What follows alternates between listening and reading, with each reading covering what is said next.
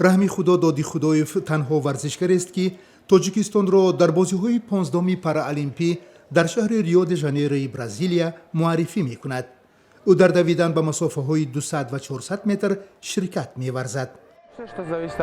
ҳар чизе ки аз ману аз сармураббиям вобаста аст, мо онро карда истодаем, яъне он машқҳое ки барои расидан ба ҳадаф ба мо кӯмак кунад. вале фикр мекунам ки пеш аз ҳама аз ман вобаста аст ки чӣ гуна худамро муаррифӣ мекунам.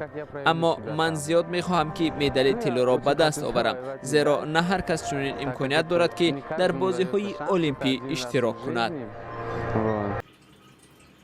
раҳми худо доди худоеви 26-сола дар шаҳри душанбе ба дунё омадааст. дар айёми кӯдакӣ вай ба бемории остеомиелит гирифтор шудааст ва пизишкон натавонистанд ки устухони дасти чапи ӯро муолиҷа намоянд. бо он ки маълул аст намехоҳад сарбории касе бошад, аз ин рӯ хонаеро дар душанбе иҷора гирифта мустақилона зиндагӣ дорад. раҳми худо бо мошини тӯҳфакардаи бародараш таксиронӣ мекунад. бинобар ин вақти зиёд барои варзиш надорад, аммо боз ҳам талош мекунад ки дар бозиҳои параолимпӣ натиҷаҳои хуб нишон диҳад. дар аввал барои дастам ба худам бовар надоштам.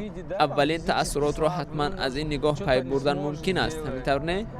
аммо аз он ки маро дар бозиҳои олимпӣ даъват карданд, ин албатта гувоҳи он аст ки ман натиҷаи хуб нишон додам. раҳми худо доди худоев соли 2015 дар шаҳри Сочи, Русия, зимни як мусобиқоти байналмилалӣ масофаи 400 метрро чорумин шуда тай кард ва ба ҳаққи ширкат дар бозиҳои параолимпии Рио де Жанейро мушарраф гашт. вале ӯ имкони омодагии ҳамаҷониба ба бозиҳои параолимпиро надошт. агар ки шогирд мисол дар варзиш сабук рафт, рекорди худша нишон дод, натиҷаи беҳтаринаша аз замин мебурад ки уже беҳуда нарафтааст ҳамҷа. бозиҳои тобистонаи параолимпӣ дар шаҳри Рио де Жанейрои Бразилия аз 7 то 8 сентябр баргузор мешаванд.